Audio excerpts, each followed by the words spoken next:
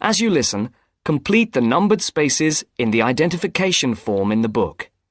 First, you have some time to look at questions 1 to 5.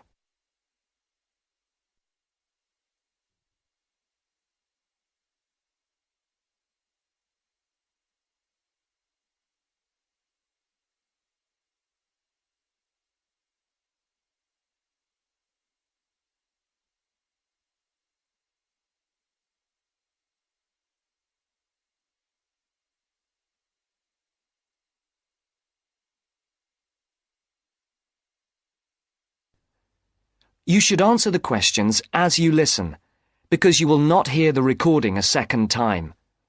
Listen carefully and answer questions 1 to 5. Platinum Card Service, Rebecca speaking. How may I help you? I've got a few problems with my credit card account. Okay. What is your credit card number? Let's see. It's here somewhere. Here it is. Can I just take the card number, please? Yes, it's 6992 6992 3443 3443 1147 1147 8921. 8921. Right. Can I just check that? 6992 3443 1147 8921. That's it. And your name? Carlos de Silva. I just need to check a few details for identification and security, if you'll bear with me. That's okay. And what's your postcode? SE1 8PB.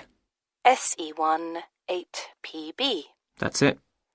Vauxhall Close, London? Yes, that's right. And the house number? 43. And can you give me your date of birth? 13th of the 7th, 63. And one further check, if I may. Can you give me your mother's maiden name? Yes, it's Moore. Is that Moore? Yes, that's it.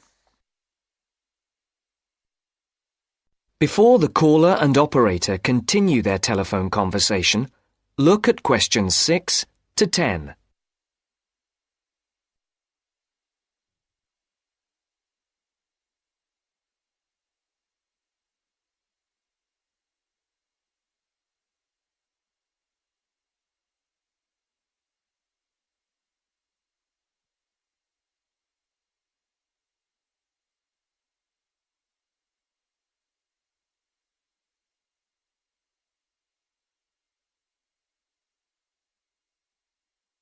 Now listen to the next part of the conversation and answer questions 6 to 10. For these questions, there are 3 alternatives: A, B, and C. Decide which alternative is the most suitable answer and circle the correct letter. Yes. Now, can we get on with this? Yes, sir, certainly. I'm sure you'll appreciate that all these checks are necessary for security reasons. So, what exactly is the problem? Problems? Okay. Well, first, your computer seems to have gone mad. I sent you £500 and on the statement for the account it shows that I only paid £300. Yes. The account does only show £300 was paid.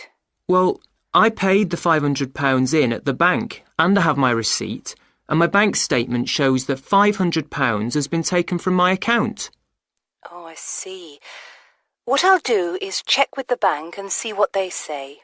OK. You said there was something else? Yes, as if that wasn't enough. My account shows that £107.27 was paid to a company called Pan Express. I don't know who this is. Let's have a look. Well, it is genuine. I can assure you it's not mine. It was made on the evening of the 12th of May. Maybe it's a restaurant bill you forgot about? There's no way that... Oh, wait, hold on. Yes. Oh, it's okay. I've just realised what it is. It is a restaurant bill. The name of the company is different from the name of the restaurant. My mistake. I'm sorry. That's okay. Was there anything else? I don't know if I dare. What is it, anyway? Well, it's, the amount of interest seems to have gone up. If you look at your statement for April, you'll see that the rate went down from 16.27% to 14.99% that month. Oh, yes, you're right. Was that everything? Yes, basically, it is. Okay. And can you check my payment? Oh, yes, I'll do it. Can I phone you back? I'll be at home for the next 2 hours. I have to leave at 11. Right. What's your number? 020 7989 7182. Hold on. 020 7979? No, it's 7989 and then 7182. So it's 020 7989 7182.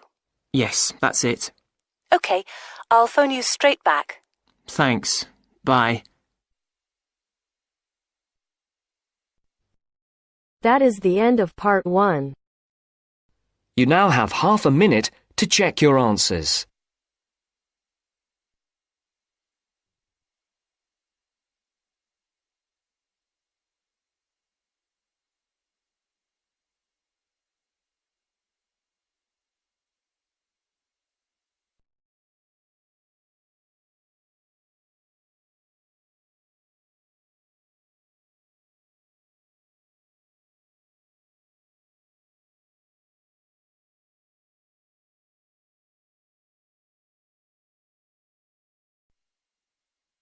Now turns to part 2. Part 2. You will hear someone talking about travelling around New Zealand. First, you have some time to look at questions 11 to 15.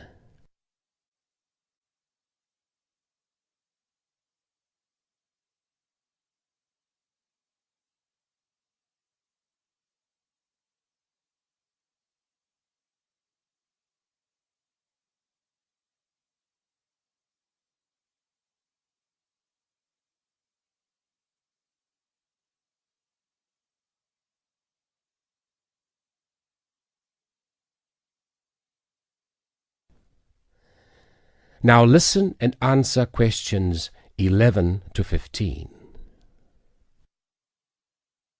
When thinking about beautiful countryside or stunning views, it has long been accepted that Australia and New Zealand have few equals. What is perhaps slightly less well known is what these countries can offer to the avid train enthusiast. Both countries have railways which pass through breathtaking scenery in the utmost of comfort. In New Zealand, you can travel from the country's biggest city, Auckland, to where a third of the population lives, its capital, Wellington, on the longest passenger rail service in the country, the Overlander. Crossing 681 kilometres, the train winds through the lush farmland of the Waikato and up the Raurumu spiral onto an amazing volcanic plateau surrounded by native bush. On a clear day, you will be able to see 3 of New Zealand's most famous volcanoes, Mount Ruapehu, Mount Ngauruhoe and Mount Tongariro. The whole journey can be completed in 11 hours, but for those keen to see a little more of the country, the trip can be extended over 3 or 4 days. This gives travellers the opportunity of seeing the famous Waitomo caves, relaxing in the mud pools of Rotorua, or skydiving over Lake Taupo. Moving on to the South Island, you can take the Transalpine through the Southern Alps, travelling from the South Pacific Ocean to the Tasman Sea. Climbing from Christchurch right into the Alps, this 223-kilometre trip is particularly impressive as the train passes through 16 tunnels before descending to Greymouth at the end of the line. Taking only 5 hours, this is a relatively short trip, but it is worth noting that this journey has been listed as the 6th most scenic rail route in the world. For those that are not so keen on mountains, the South Island has a second option, the Transcoastal. With the sea on one side and the mountains on the other, it again shows some of the best scenery New Zealand has to offer. Also taking 5 hours One of the highlights of this journey is the opportunities for whale watching. The fortunate few that see whales are well rewarded, but there are more common sights which are just as enjoyable, such as penguins and seals.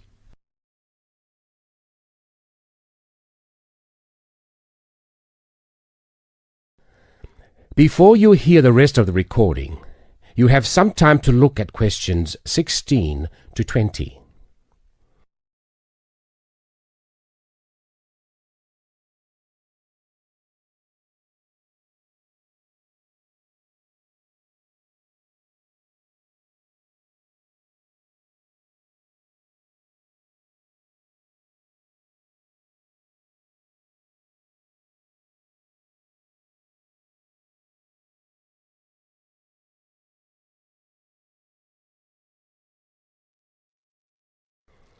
Now listen and answer questions 16 to 20.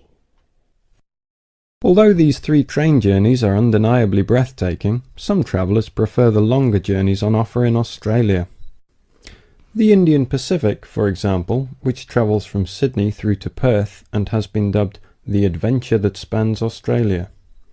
With 3 nights on board, the train takes in the Blue Mountains and the Nullarbor Plains, and, as the name implies, the Indian Pacific shows you 2 oceans. This train journey holds 2 world records. Covering 4,352 kilometres, it is one of the world's longest train journeys. It also travels the world's longest straight stretch of railway track, 478 kilometres. For those who find these distances a little daunting, passengers can stretch their legs at a number of different stops, such as Kalgoorlie, famous for gold, and Broken Hill, first founded as a silver mine. If 3 days on board a train seems a little excessive, there are alternatives. The Garn, for example, which travels from Adelaide in the south to Alice Springs in the centre of the continent, taking 20 hours. Passing through Crystal Brook, Port Augusta and Woomera, this journey gives an indication of what life was like for the earlier settlers as they discovered the country. Along the way, you can also see the Iron Man sculpture, which was constructed by railway workers to commemorate the 1 millionth concrete sleeper laid during the construction of the line. Finally, just a quick word about the Overland, which runs between Melbourne and Adelaide. As the first train to travel between the capitals of 2 states, it is a historic as well as relaxing way to travel, and is famous for being the oldest long-distance train journey on the continent. With so many memorable journeys to choose from, the only problem you will have is knowing which one to do first. That is the end of part 2. You now have half a minute to check your answers.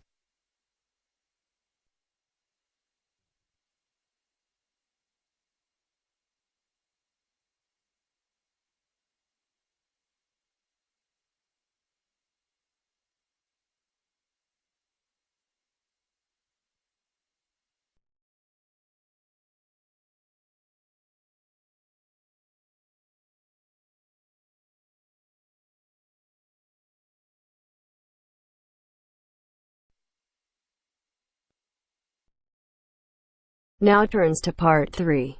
Part 3. You will hear 2 students, Sharon and Zhao Li, talking to their tutor about a presentation they gave the previous week. First, you have some time to look at questions 21 to 23.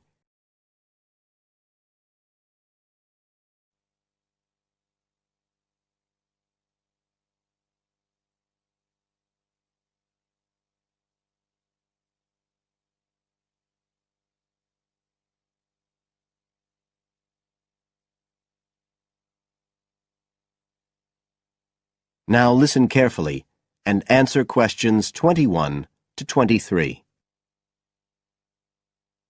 So, Sharon and Zhao Li, in your presentation last week, you were talking about the digital divide, the gap between those who can effectively use communication tools, such as the internet, and those who can't. And you compared the situation here in Northern Ireland with Southeast China. Right, so I asked you to do some self-evaluation.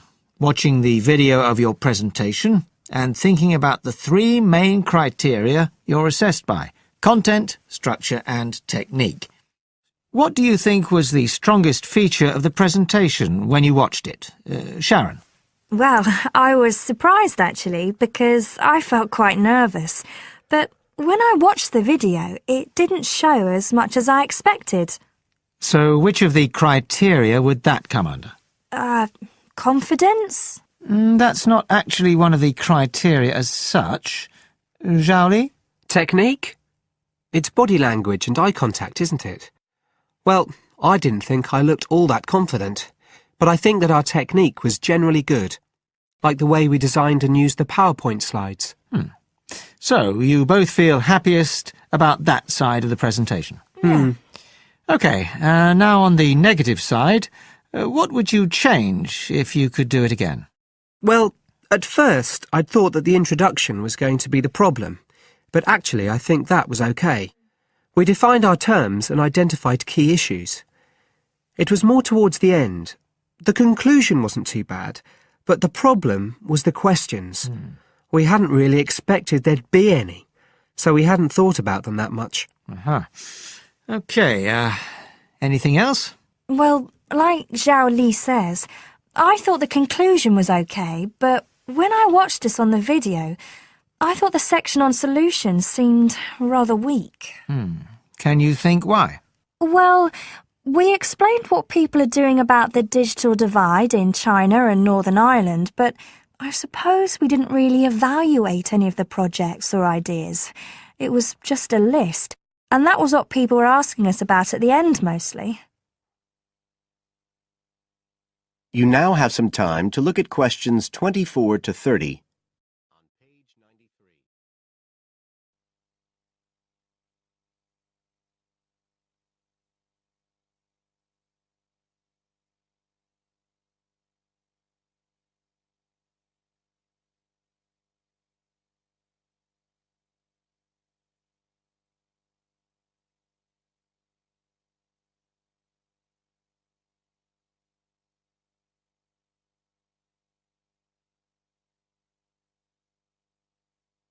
Now listen and answer questions 24 to 30.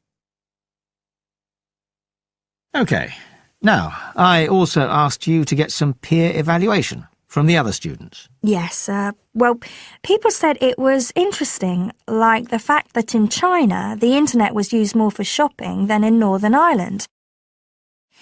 They said sometimes it was a bit hard to understand because we were talking quite fast, but we didn't think so when we watched the video. No, it's a bit different, though, because you know all this information already.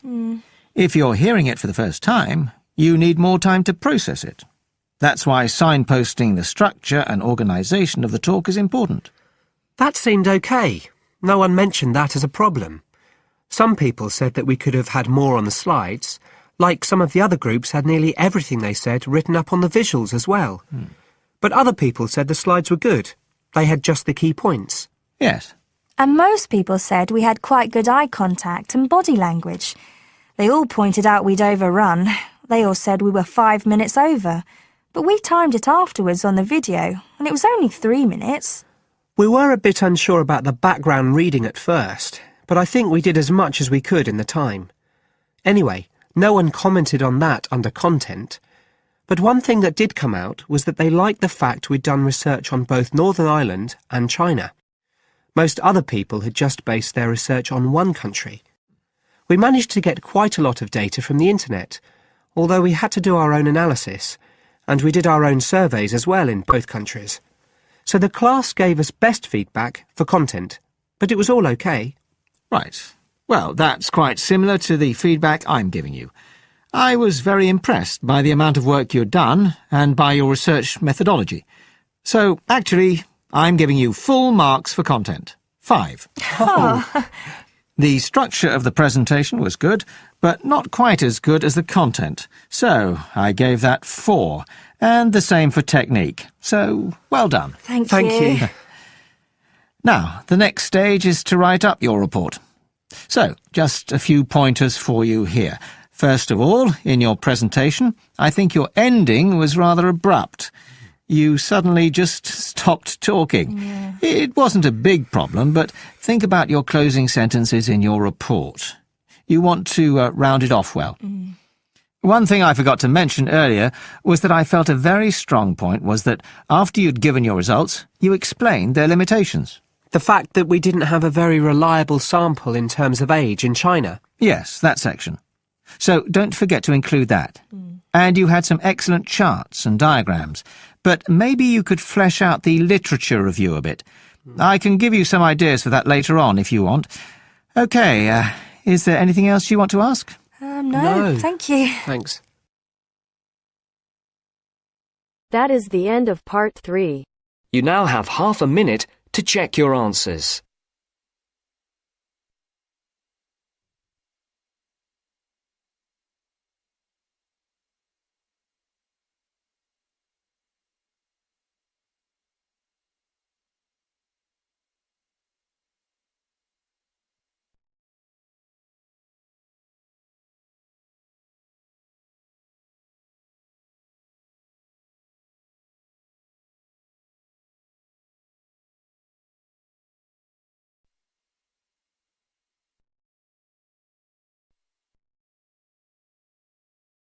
Now turns to part 4.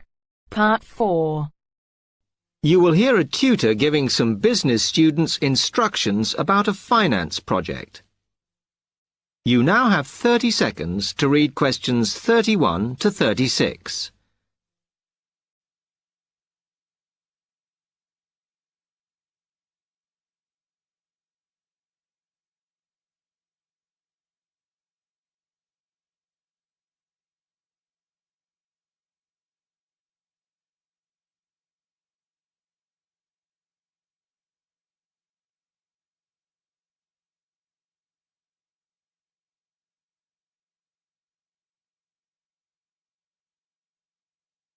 OK, can you quieten down, please? Now, today I'm going to talk to you about your assignment. We've been studying the effects of the exchange rate, so I'm going to give you a project to do on this. Right, can you make some notes while I'm talking? The first thing that I'd like you to do in order to prepare this is to select where you're interested in. I mean, which country, and therefore which currency you're going to be operating in. OK, now the purpose of the project is to make money, and I'm hoping some of you will make a significant amount. So, I want you to suppose that you have £100 that you will have to invest purely in the rises and falls of the exchange system. In other words, you'll be trying to predict rates. This is a project that you'll be doing together, but before you work together, you'll have to go off and research what you need to know about the economy of that country and how well it's doing or is expected to do in the near future. You could all make up a little information sheet with your notes on, clearly legible, because then I want you to get together, we can do that next week, and to go round and read about each other's countries. When you see how well or badly each country is doing, I want you to decide what your exchange rate is going to be against all the other currencies. After that is all sorted, what you're going to do is go round the other students and attempt to sell your money to the others. Remember, this will depend on the success of your country's economy and the rate you fixed for your currency. Now, you're not allowed to just swap currencies with each other, but you may wish to buy from the other countries. But you must do a proper transaction. All the way through this, you must keep your accounts properly for each transaction. I'll give you 1 week to do this, and then we will set a time for the deals to finish, a bit like the stock exchange. And, at that point, I will ask you to calculate how much you have made. Is that clear? You now have 30 seconds to read questions 37 to 40.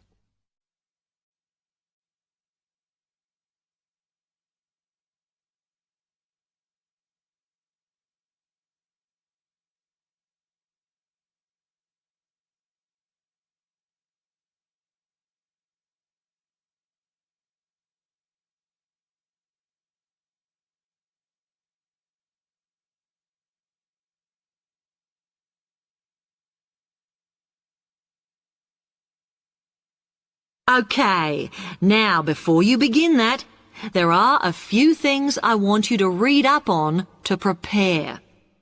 You need to look at the economies of the UK's main trading partners. I don't mean all of them, because that would be over 80, but just the 29 principal ones. There are summaries in the last 3 books on the book list I've given you. And so that you can practice applying the criteria on assessment I gave you, I'd then like you to focus just on one sector across all the countries. The most common one across every country is farming. But as much agricultural produce is for domestic consumption, I'd like you to look at manufacturing. Then I would like you to do a detailed investigation of one particular aspect. I was going to give you a choice, but I think as we've just started the course, it's better if we all look at the same thing, and then we can discuss it in the seminars. So the thing I'd like you all to look at is fluctuations in import prices. Now, you need to do all that before you start the project, as it will help you assess the economies of the countries you'll be representing in the project. Don't worry, you've got plenty of time. Exam week is December the 8th. Then it's the holidays until January the 6th, so I don't need the project in till February the 5th. Is that okay? Now, any questions on this? Because That is the end of part 4.